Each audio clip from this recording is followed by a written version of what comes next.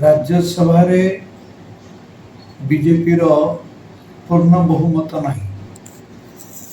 ओडिशा तरफ 9 जन राज्यसभा सदस्य राज्यसभा रे अछंती। सेथिपाई ही पारे जे ओडिशा सरकार विजु जनता दल विरुद्ध रे किसी कड़ा पदक्षेप नहीं पारुना। किंतु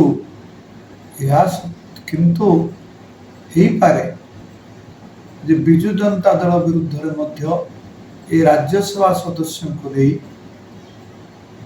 भारतीय जनता पार्टी गोटे बहुत बड़ सेमती किसी पदक्षेप नहीं पारुना।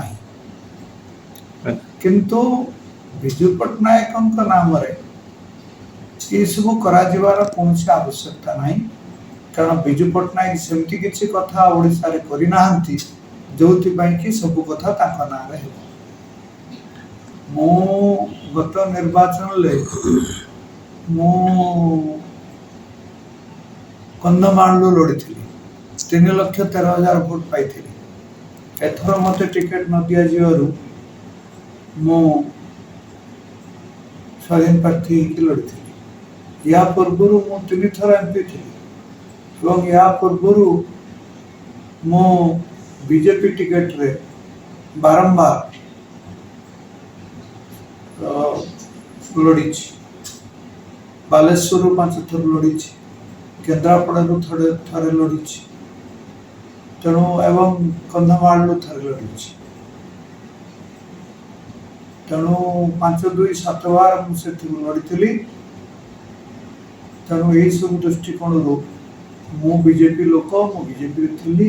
आज भी निजक बीजेपी भावुची एवं पुणी मु बीजेपी मध्य को प्रवेश करी मु लिखिकी देछि।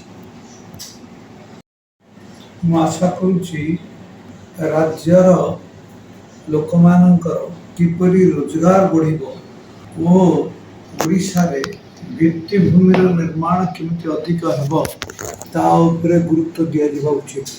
भित्तिभूमि कहले विद्युत शक्तिर उत्पादन, कृषि विकास एवं रास्ता, विमान बंदर, नदी बंदर एमानंकर किपरि अधिक विस्तार हेबो ताहा उपरे गुरुत्व दिया जिबा उचित। गोटे रास्ता जदि तैयारी हुए ताहले दीर्घकाल धरी ताहा गोटे राज्य को आर्थिक सुजोग देता है। से बड़ी भाव में विद्युत उत्पादन हुआ फल राज्यर अशेष विकास होता है। कारण विद्युत होची प्रत्येक सबु प्रकार विकासर मूल मंत्र। विद्युत बिना कौन सी किसी कार्य हो परिबो नहीं।